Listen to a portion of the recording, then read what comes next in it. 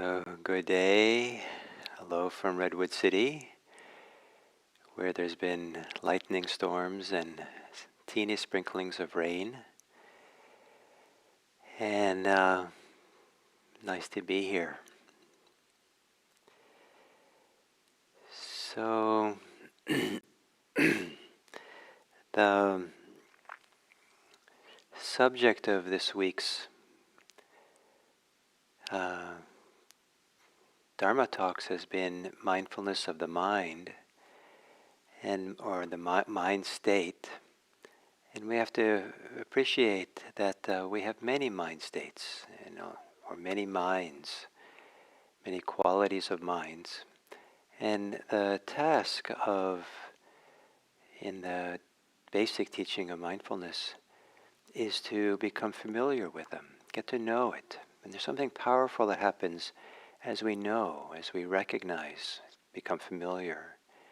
Where there's the meeting of just the knowing awareness and the state of our mind, the quality of our inner life. And some of it has to do with learning how to be mindful, how to have that recognition, that knowing, be really simple, without an agenda, without analysis, fixing. And part of that is a willingness to become familiar. Take your time and get to know it. And as soon as you choose to take your time to become familiar, you're shifting the inner ecology.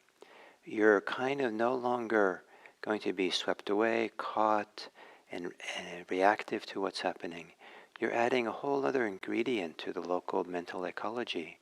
And that is a place of strength, of maturity, of freedom, of agency, of care.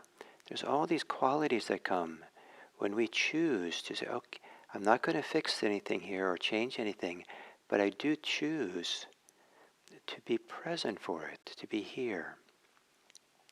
As we become aware of the mind state, we become aware of different kinds of mind states. And I want to mention three very general categories. First is become familiar with how the mind state is when it's active. When it's agitated, that's very active. When it's moving, when the mind gets moved around, goes here and there, when there's activity in the mind.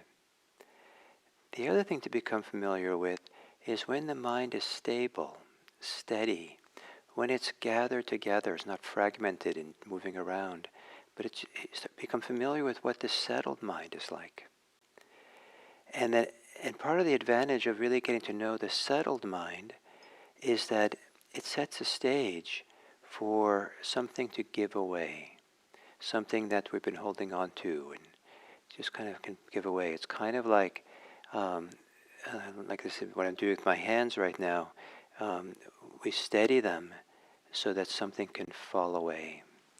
It's just some, And so what is it that we don't know? You can't really know. The task is just become familiar with a steady mind, at rest, at ease with it, peaceful about it, peaceful with it. And then at some point, just like maybe sometimes when you go to bed, you can't make yourself sleep, but you can lay there and at some point you're asleep. At some points, when the mind is at rest and we're at peace with that, and not trying to make anything happen, something has a chance to let go. So, assuming a meditation posture, and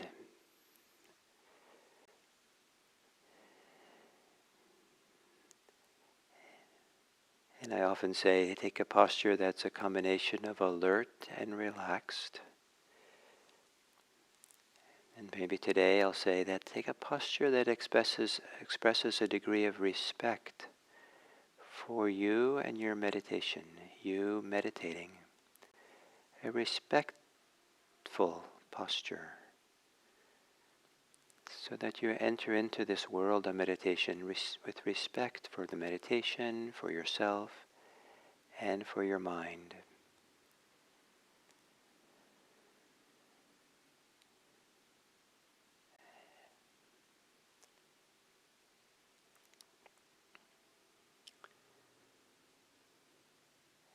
And gently closing your eyes and noticing, become familiar with the state of your mind. Just familiar, as if nothing needs to change. It's just a matter of familiarizing yourself. Is it agitated? Is it jumping around? Is it energized, or is it tired and slow?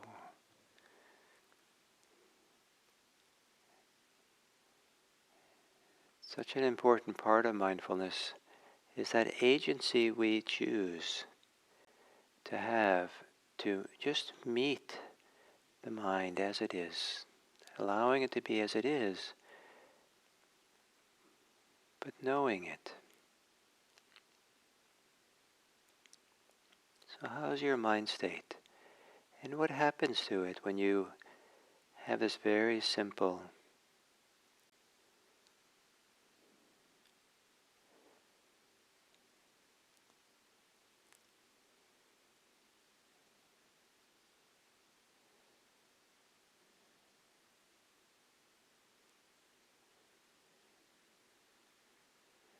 attention to your mind state?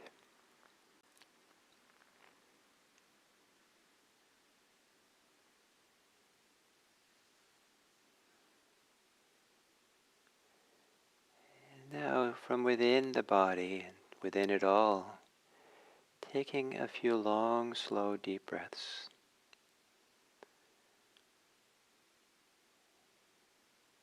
Exhaling and releasing, letting go.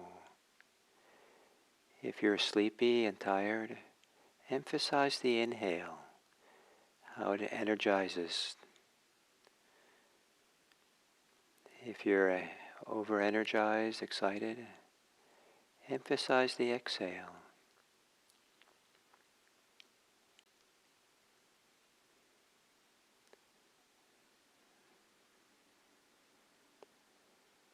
Emphasizing being pay more attention to, be receptive to, allow it.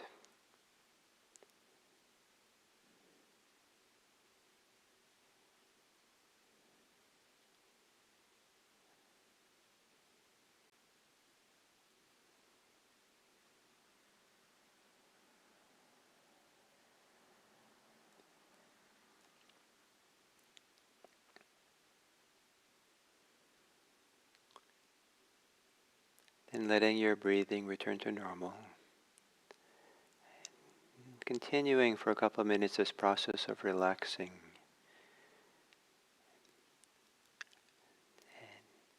And the more familiar you are with relaxing different parts of your body, the more deep and more subtle the relaxation becomes.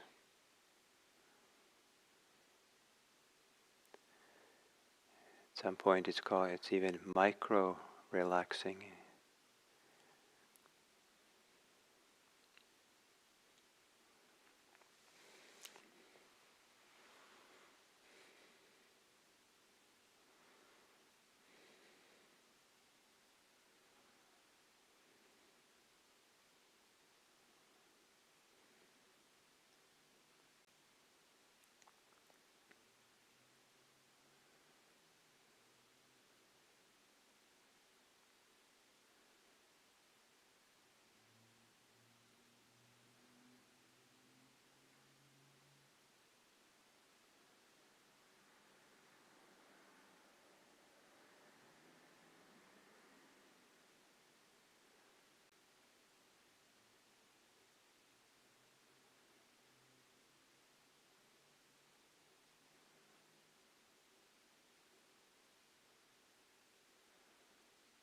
And then letting your breathing be the center of your attention. And take a few minutes now just to become attuned to breathing.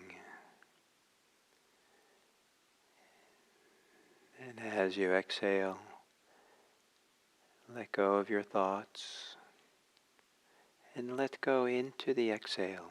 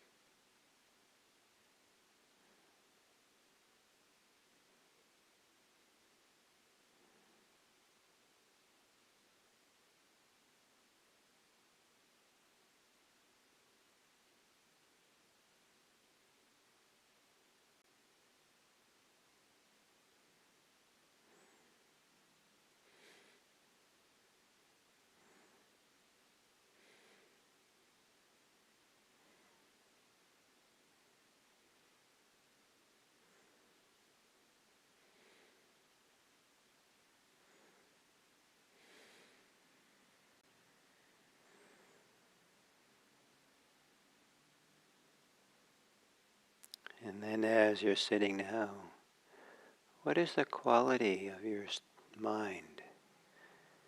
What state of mind do you have? How much movement, activity is there? How much stillness and quiet is there?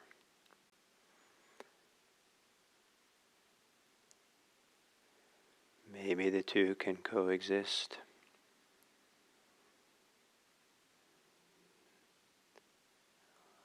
Or maybe there's a degree of both.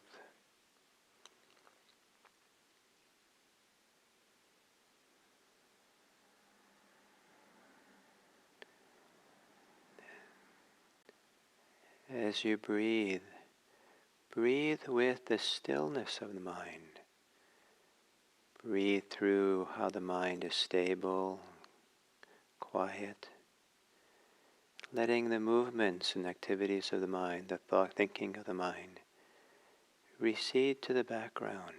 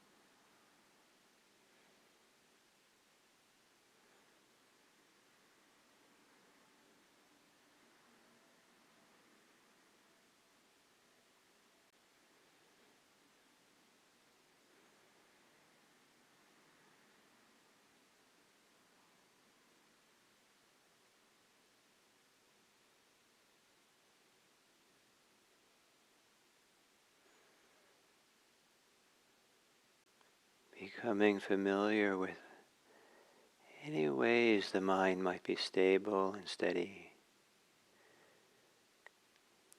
It's hard to see if we identify with our thinking or the agitation.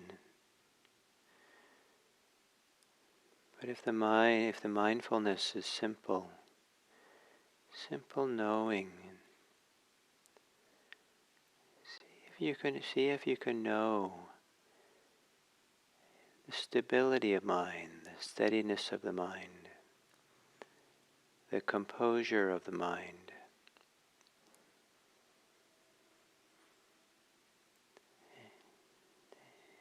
Stillness of mind.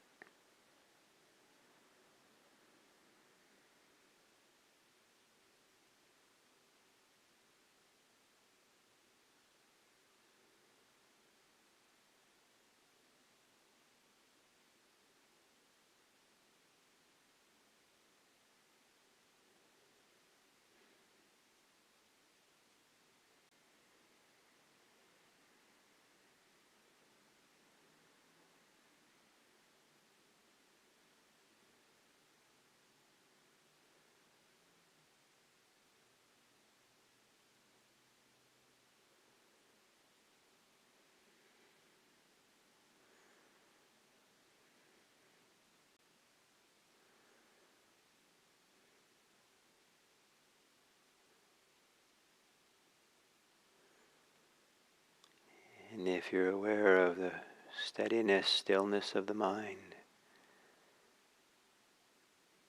and you're less agitated now, or less activity of the mind, gently know the absence of that activity, that agitation, to the degree to which some of the active, agitated mind is quiet. Notice the absence of that which is absent.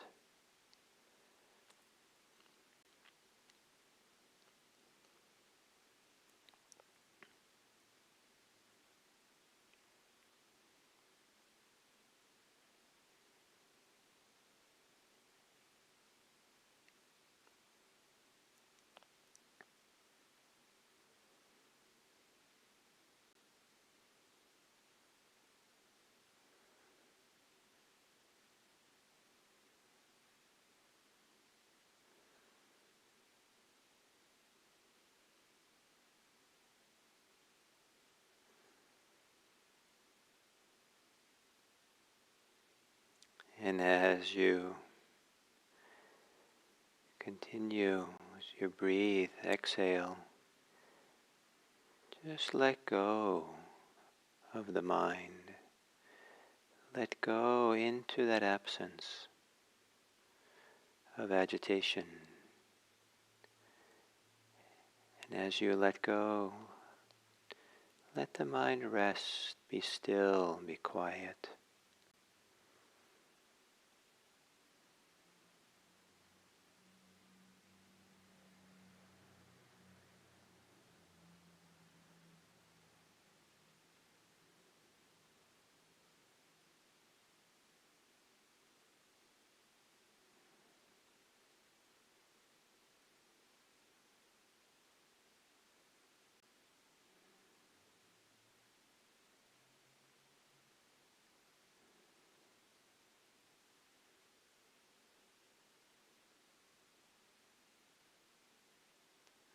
Letting go.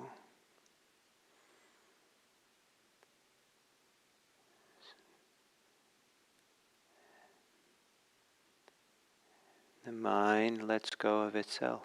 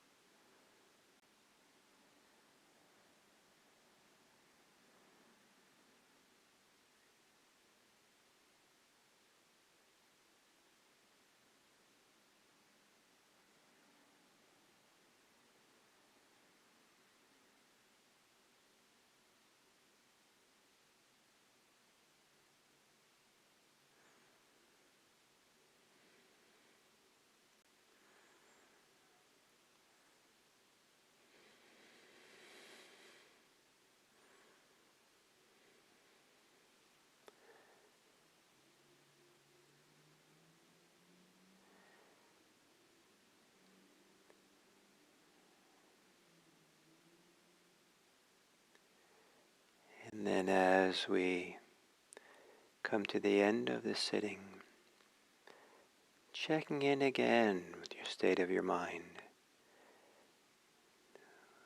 with the simple task of becoming familiar with it, as if it's okay to be the way you are, just to know it, feel it, sense it, recognize your state of mind.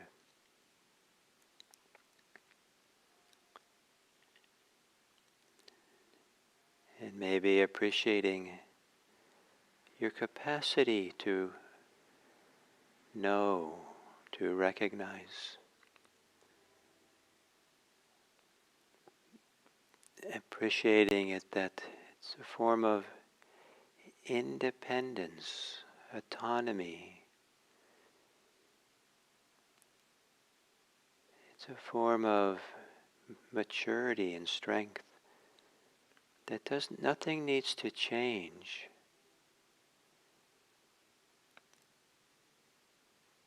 But inevitably things do change when we know.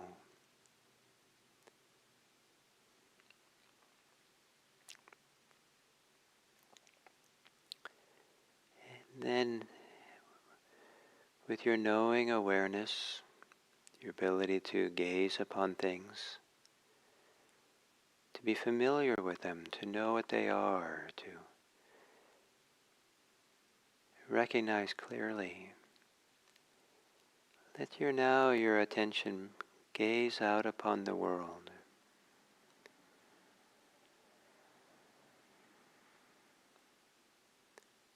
Gaze outward and the joys and sorrows of the world.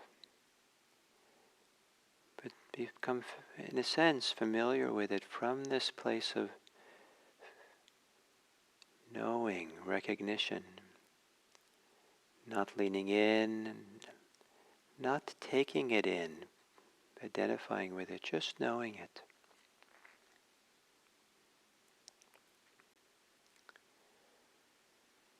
Where the channel of knowing is a valuable challenge, a channel for our care and our kindness. That sense of autonomy or agency or freedom that comes with knowing is a wonderful place from which to love the world, compassion for the world, to care for the world.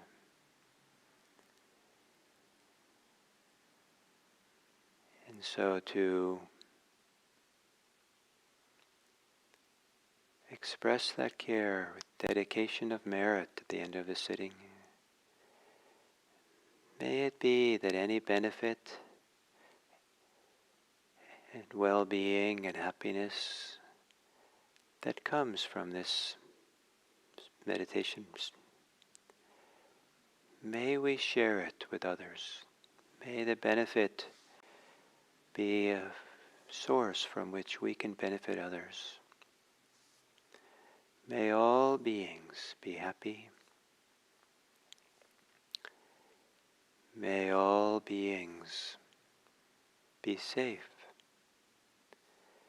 May all beings be peaceful. And may all beings be free.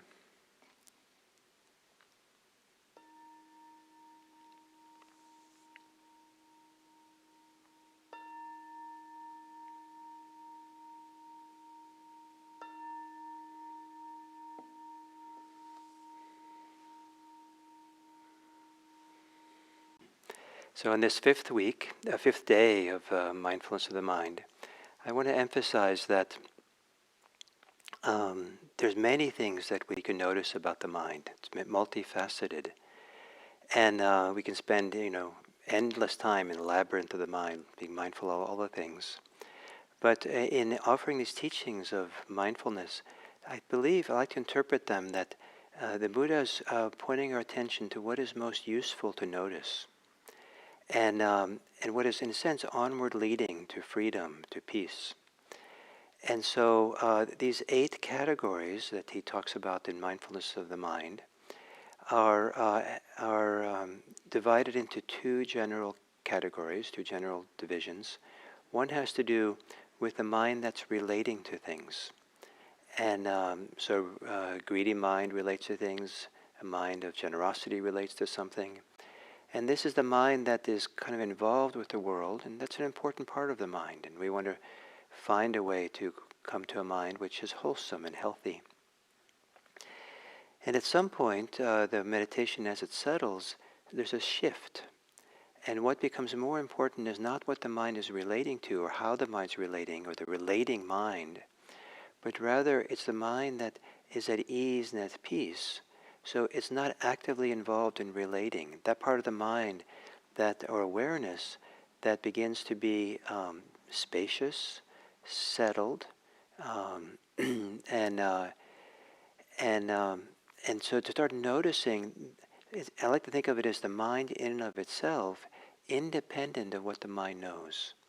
So the quality of awareness. So we might be aware of something, but at some point we become more interested in the quality of awareness than what we're aware of. Certainly it can possibly be disassociated in unhealthy ways if we don't notice what's happening. But to start noticing the quality of the mind, and then that is what allows the mind to begin to settle more deeply.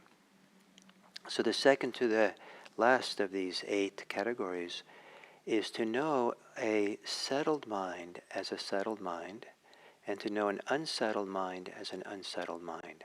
So here we're beginning to track how well the mind is settled or not settled. Sometimes the translation here is know a concentrated mind as a concentrated mind. But the word is not being translated is not samadhi, the usual word for concentration, but is samahita, S-A-M-A, long A, H-I-T-A, which means to be settled, to compose, to be unified, to be stable. So at some point, we start feeling that in degrees that the mind is starting to get settled, starting to get composed, unified, stable. And we start feeling the mind doesn't move so much. If there's a sound, we get interested in it, and the mind moves kind of to notice what that is. We say the mind wanders away into thought. Direct your mind to the breathing, and place your mind in your torso as you feel the breathing. So all these expressions involve movement, but at some point the mind doesn't need to move anymore. It can be aware and be very still. It becomes like a big open space where things arise in the space and are known, but the mind doesn't have to go anywhere because it's happening within the space. And so things are known, but they arise within the mind, in a sense, in awareness. And so awareness doesn't have to go anywhere or move anywhere or turn anywhere. It's just very still, very spacious, very open. And that mind becomes, some people, it's settled, composed, stable. It depends how we want to translate these terms. Different people orient a little differently to different ones. And it's possible to know when the mind is not stable and steady. And that's the task, is to know that difference. And to know that difference makes a world of difference. And the instructions here are just to know, just to be familiar with it. It doesn't say adjust it, change it, make it better. There's something very powerful begins happening when we just meet the experience with the knowing mind. We're just there to be with it, to recognize it. And so to recognize when the mind is not settled. The more settled the mind becomes, the more we'll recognize how the mind is unsettled. And sometimes we can feel that, oh, my mind is really settled. And then some other time in meditation we realize, oh, it's possible to get even more settled. And then what was settled is seen as for being a little bit unsettled. And it often can be kind of like step in step, where we think we've reached some level of peace, and wow, this peace is really it. And then later we find, oh no, there's greater potential for peace that's possible. And this simply becoming familiar with how it is allows something to deepen, to open, to relax. And the idea of familiarity, of just knowing very, very simply, the goal is to just don't be excited by the mind state if it's exalted and big and wonderful and lots of joy and rapture, or lots of peace and equanimity, or lots of agitation, lots of difficulty in the mind. The idea is to become very equanimous about it, or easeful with it, especially when the meditation goes deeper and deeper. And then,